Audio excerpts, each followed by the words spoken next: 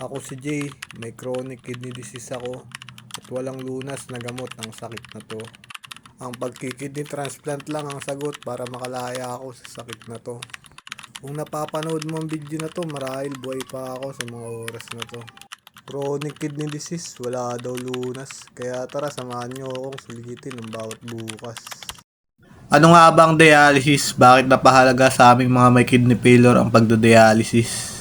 Ang hemodialysis ay isang uri ng treatment na tumutulong pag ang inyong mga kidney o bato ay hindi na gumagana. Ito ang naglilinis ng dugo sa pamamagitan ng pagtanggal ng dumi, sobrang tubig at mga toxin na hindi na kayang alisin ng aming kidney dahil sira na nga ang aming kidney. Paano gumagana ang hemodialysis? Simple lang ang proseso, parang naglilinis ng dugo ang isang artificial kidney para sa amin. Bago mag-dialysis, kailangan ng isang special na daanan ng aming katawan, usually braso mo. Ito ang magiging daanan para lumabas at bumalik ang dugo sa dialysis machine. Ano nga ba ang mga uri ng access na pwedeng gamitin sa pagdadialysis? Ito ang pistula, ginagawa sa pamamagitan ng pagsasama ng ugat, ang artery na ugat at ang vein na ugat.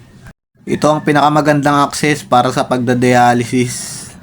Meron nga rin palang access na tinatawag na graft, gumagamit ng malambot na tubo para i-connecta ang ugat sa artery at ang ugat na vein. At ito nga pala ang IG catheter, isang flexible na tubo na inilalagay sa ugat, kadalasan sa leeg o hita. Hindi ito para sa pangmatagalang access.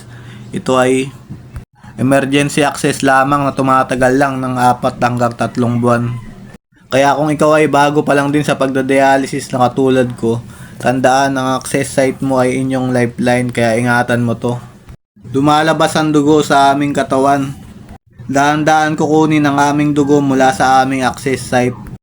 Gamit ang isang tubo, ikokonekta ka ng dialysis nurse sa isang machine. At magsisimulang umikot ang aming dugo sa dialysis machine.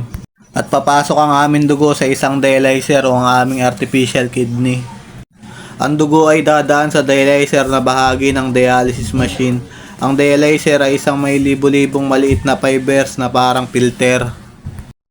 Pinapayagan ng mga fibers na to na dumaan ng mga toxin, dumi at sobrang tubig, pero hindi ang aming blood cell o proteins. Sinasala at nalilinis ang dugo. Habang dumadaan ang dugo namin sa dialyzer, inaalis ang mga dumi tulad ng urea, creatinine at ammonia. At tinatanggal ang sobrang tubig mula sa pagkain, inumin para maiwasan ang pamamaga, tubig sa baga o high blood pressure. At sinasala na rin pati ang mga acid, matulungan ang dugo namin maging balanse ang pH. Binabalanse rin ang electrolytes tulad ng potassium at ang phosphorus. May special na solusyon na tinatawag na dialysate na tumutulong humila ng dumi at sobrang tubig mula sa aming dugo.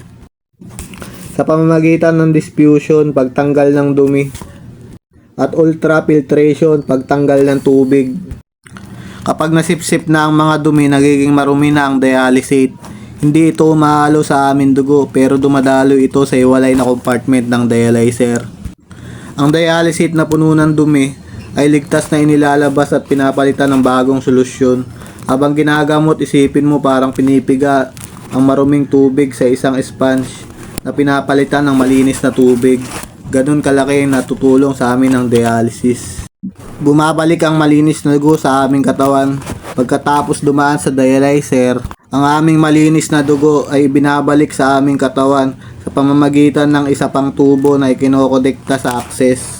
Ang prosesong ito ay paulit-ulit na ginagawa sa loob ng 4 na oras, kadalasan 3 beses sa isang linggo ang pagdadialysis. Bawat session ay nagtatanggal ng 2 hanggang 4 na litro na tubig, depende sa pangangailangan. Pati na rin ang mapanganib na toxins at ang minerals, acids at dumi na makakasama sa aming katawan.